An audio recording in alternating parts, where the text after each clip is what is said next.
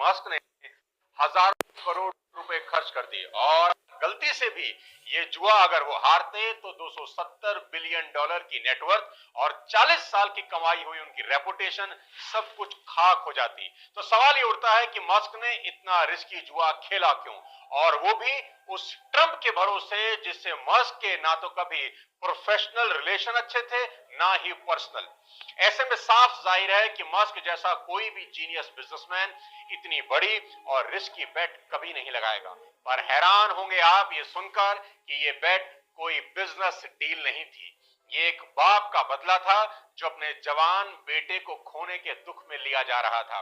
बदला उन लोगों के खिलाफ जिनके बहकावे में आकर एलन मस्क का बेटा अपना जेंडर बदलकर लड़की बन जाता है, और बदले के इस जुनून के कारण एलन मस्क इस इलेक्शन में इतना इन्वॉल्व हुए कि अगर ट्रंप हारते तो ट्रंप को इतना नुकसान नहीं होता जितना नुकसान एलन मस्क को होने वाला था।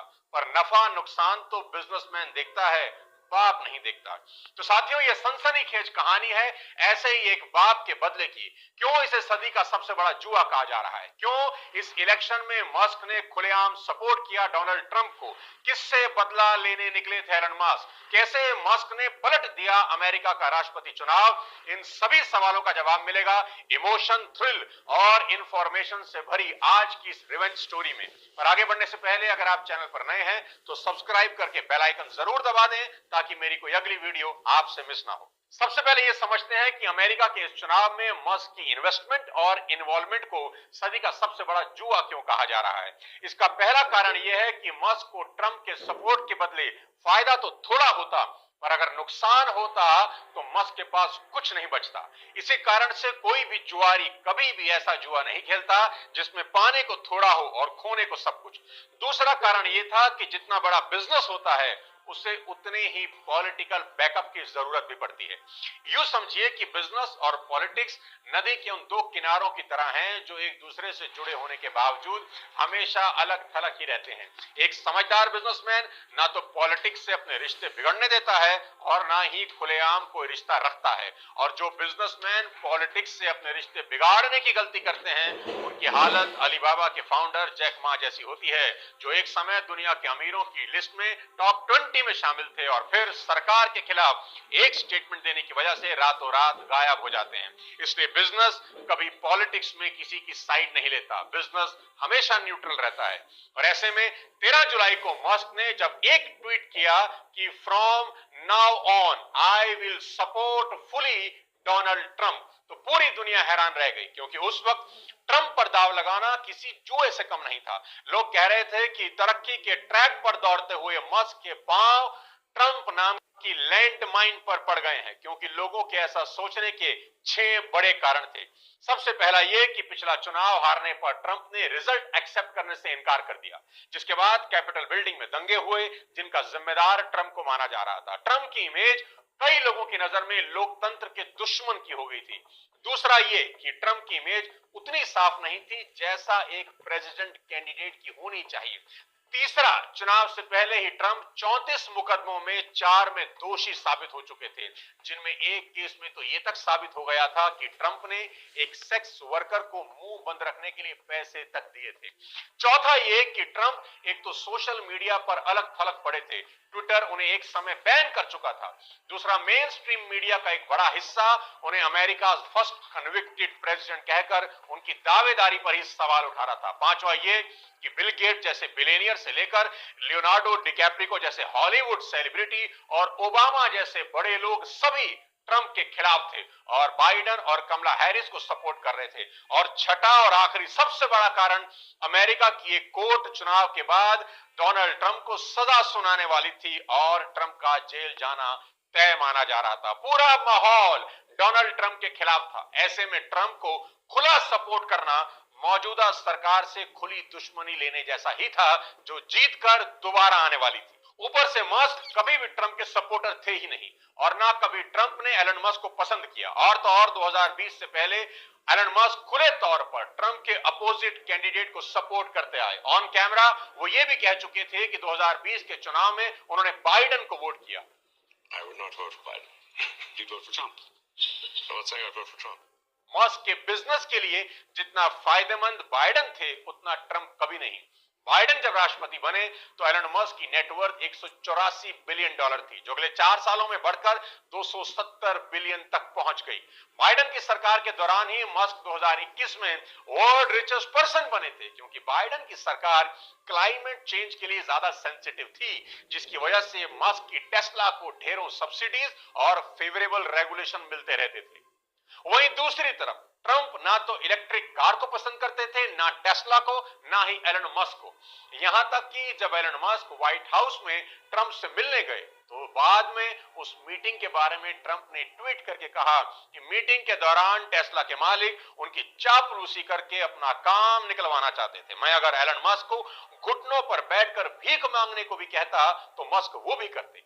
ट्रंप के मुताबिक मस्क की कंपनी फालतू की चीजें बनाती है, वो किसी के काम की नहीं होती, चाहे उनकी कार हो या उनका रॉकेट। जवाब में मस्क ने भी ट्रंप को बूढ़ा अनफिट कहते हुए पॉलिटिक्स से रिटायर होने की सलाह दे दी। ऐसे में ना तो बिजनेस के पॉइंट ऑफ व्यू से मस्क के पास ट्रंप को सपोर्ट करने की कोई वजह थी, ना ही ट्रंप के ऊपर इतना बड़ा दांव खेलने का कोई भी कारण। तो ऐसे में सवाल ये उठता है कि हर खतरा जानते हुए भी मस्क ने ट्रंप को सपोर्ट करने का रिस्क लिया, तो लिया क्यों? Is the only reason we can now send American astronauts into space. Come here. Take over, Elon. Yes, take over. और इसका जवाब मिलेगा एलन मस्क की निजी जिंदगी के सबसे भयानक पहलू में। एलन मस्क ने अभी कुछ साल पहले अपनी सभी प्रॉपर्टीज को यह कहकर बेचना शुरू कर दिया कि रियल एस्टेट में इन्वेस्टमेंट करना बेवकूफी है। और कुछ दिन पहले मस्क ने अमेरिका में लगभग 1000 करोड़ का बंगला खरीदा, सिर्फ इसलिए क्योंकि वो चाहते हैं कि उनका परिवार अब उनकी आंखों के सामने रहे। अपने सबसे छोटे बेटे लिटिल एक्स को तो मस्क अपने साथ ही रखते हैं। खबर ये भी है कि मस्क अपने बेटे को लेकर इतने पॉजिटिव हैं कि वे उसे उसकी मां से भी मिलने नहीं देते। आज से कुछ साल पहले तक मस्क अपनी फैमिली के लिए इतने सेंसिटिव नहीं थे। फिर 2022 के अप्रैल महीने में एलन मस्क के साथ कुछ ऐसा हुआ जिसने मस्क को एहसास दिलाया कि दुनिया का सबसे अमीर इंसान होकर भी वो कितना कमजोर हो सकते हैं। आखिर ऐसा क्या हुआ मस्क के साथ और डोनाल्ड ट्रंप की सपोर्ट के पीछे का असली कारण क्या है, वो आपको बताता हूं। एलन मस्क के सबसे बड़े बेटे का नाम है जेवियर। जेवियर अभी जिंदा है और मस्क हर इंटरव्यू में उसे मरा हुआ बताते हैं और उसकी वजह बेहद हैरान करने वाली है। साल 2022 के अप्रैल महीने में ही उनके बेटे जेवियर ने अपने 18th बर्थडे पर लड़कियों के हुलिये में कैलिफोर्निया की कोर्ट में जाकर यह कह दिया कि वो अपने पिता एलन मस्क से हर तरह का नाता और ताल्लुक आज से और अभी से खत्म कर रहे हैं, क्योंकि वो खुद को अंदर से एक औरत मानते हैं और उनके पिता एलन मस्क इसके सख्त खिलाफ हैं। जेवियर ने उस दिन कानूनन अपना जेंडर मेल से फीमेल और नाम जेवियर से विवियन में चेंज कर लिया। अमेरिका में किसी लड़के का जेंडर बदलकर लड़की बन जाना कोई नई घटना नहीं थी और दुनिया में बहुत से लोग जेंडर चेंज करते ही हैं। अभी हाल में भारत में ही संजय बांगड़ के बेटे ने भी अपना जेंडर और नाम चेंज किया, पर एलन मस्क का मानना था कि उनके बेटे के जेंडर में कोई दिक्कत ही नहीं थी, वो बस एंजाइटी और कंफ्यूजन का शिकार था, जिसका फायदा उठाकर कुछ लोगों ने उसका ब्रेन वॉश करके जेंडर चेंज कर दिया। और मस्क की बातों में थोड़ा ही सही पर वजन जरूर था, क्योंकि ऐसी शिकायतें करने वाले मस्क अमेरिका के पहले पेरेंट नहीं थे। अमेरिका में ऐसे पेरेंट्स की लंबी लाइन थी जिनका मानना था कि उनके बेटे या बेटी ने अपना जेंडर चेंज सिर्फ और सिर्फ मैनिपुलेशन और प्रेशर की वजह से किया है। और सिर्फ माँ बाप ही नहीं, कई ऐसे बच्चे भी थे जिन्होंने अपना जेंडर चेंज किया था। कई इंटरव्यू में पछताते नजर आए कि जेंडर चेंज करना उनकी जिंदगी की सबसे बड़ी गलती थी। इन बच्चों में सबसे बड़ा नाम क्लो क्ले का था, जो एक लड़की थी, पर इन्फ्लुएंस और कंफ्यूजन में जेंडर चेंज कर लड़का बन बैठी और बाद में जब उन्हें अपनी गलती और दूसरों की साजिश का एहसास हुआ तो वो इसी लड़ाई में दूसरे बच्चों का चेहरा बन गई। My adolescence, most of my formative years were lost at the hands of the abuse of my doctors. Elon Musk को यकीन था कि उनके बेटे के साथ भी कुछ ऐसा ही हुआ है और इसलिए उन्होंने कसम खाई कि वो उन लोगों को और उस सोच को बर्बाद कर देंगे जो इस जेंडर चेंज आंदोलन को चलाने वाले थे।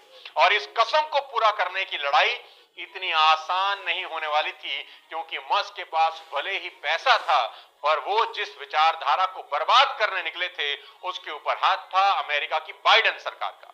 बाइडेन की सरकार इस विचारधारा के इस कदर सपोर्ट में थी कि उन्होंने बाकायदा जेंडर चेंज करने के जेंडर एफर्मेटिव केयर नाम का प्रोग्राम चला रखा था और दिन ब दिन ऐसे कानून बनाने में लगी थी जिससे जेंडर चेंज का प्रोसेस आसान और जल्दी हो जाए। ऐसे ही कैलिफोर्निया में एक कानून लागू हुआ जिसके मुताबिक अगर कोई बच्चा स्कूल आकर लड़कियों जैसे कपड़े पहनता है या अपना जेंडर बदलने की कोशिश करता है तो स्कूल वाले ये सब कुछ बच्चे के मां बाप से छिपा सकते हैं और उन्हें इन्फॉर्म करने की जरूरत ही नहीं है। एलन मस्क ने इस कानून को खुलकर क्रिटिसाइज किया और विरोध में अपनी एक फैक्ट्री को कैलिफोर्निया से उखाड़कर टेक्सास में शिफ्ट कर दिया। एलन मस्क को तभी समझ में आ गया कि अगर इस विचारधारा से लड़ाई जीतनी है तो इस सरकार को ही उखाड़ना होगा।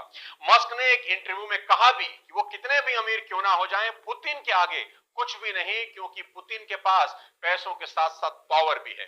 मस्क को इस लड़ाई को जीतने के लिए पावर की जरूरत थी, क्योंकि मौजूदा सरकार ने मस्क को निशाने पर ले रखा था। मस्क की कंपनियों पर रेगुलेशन से रिलेटेड केस भी दर्ज हो रहे थे। न्यूरालिंक और स्पेसएक्स के कई प्रोजेक्ट की परमिशन के लिए मस्क को लटकाया जा रहा था और हद तो तब हो गई जब 2021 में बाइडेन ने इलेक्ट्रिक कार बनाने वाली कंपनियों की एक समिट बुलाई, पर उसमें एलन मस्क की टेस्ला को इनवाइट ही नहीं किया गया, जो मार्केट का 74% शेयर ओन करती थी। अब तक अमेरिकी सरकार और मस्क के बीच जो ढकी छुपी दुश्मनी थी खुलकर सामने आ गई। ऐसे में मस्क ने दुश्मन का दुश्मन दोस्त होता है कहावत को फॉलो करते हुए दोस्ती का हाथ बढ़ाया उस डोनाल्ड ट्रंप की तरफ, जो भले ही मस्क के इलेक्ट्रिक कार के खिलाफ थे, पर वो बच्चों का जेंडर चेंज करने वाली उस विचारधारा में एलन मस्क जैसा ही सोच रहे थे। और इस दोस्ती की शुरुआत हुई जब मस्क ने ट्विटर खरीदा और डोनाल्ड ट्रंप को अनब्लॉक किया। पर ये दोस्ती गाढ़ी उस दिन हुई जिस दिन ट्रंप पर एक रैली के दौरान हमला हुआ और गोली उनके कान को छूकर गुजर गई। और ट्रंप पर हमले के तुरंत बाद उन्होंने एक ट्वीट से इलेक्शन में वाइल्ड कार्ड एंट्री ले ली। कभी ट्रंप के आलोचक रहे मास्क अब उसी ट्रंप के स्लोगन की टोपी पहने घूमने लगे।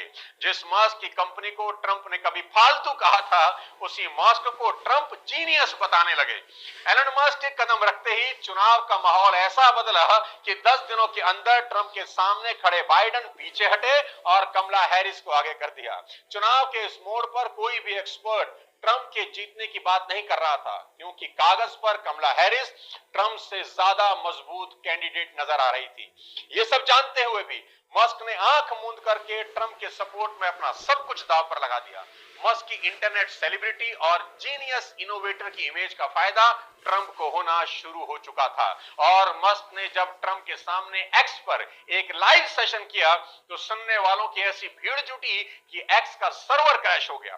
पर मस्क यहां नहीं रुके और एक्स के एल्गोरिथम को इस तरह डिजाइन करवाया कि ट्रंप के फेवर वाला कंटेंट ऊपर नजर आने लगा और ट्रंप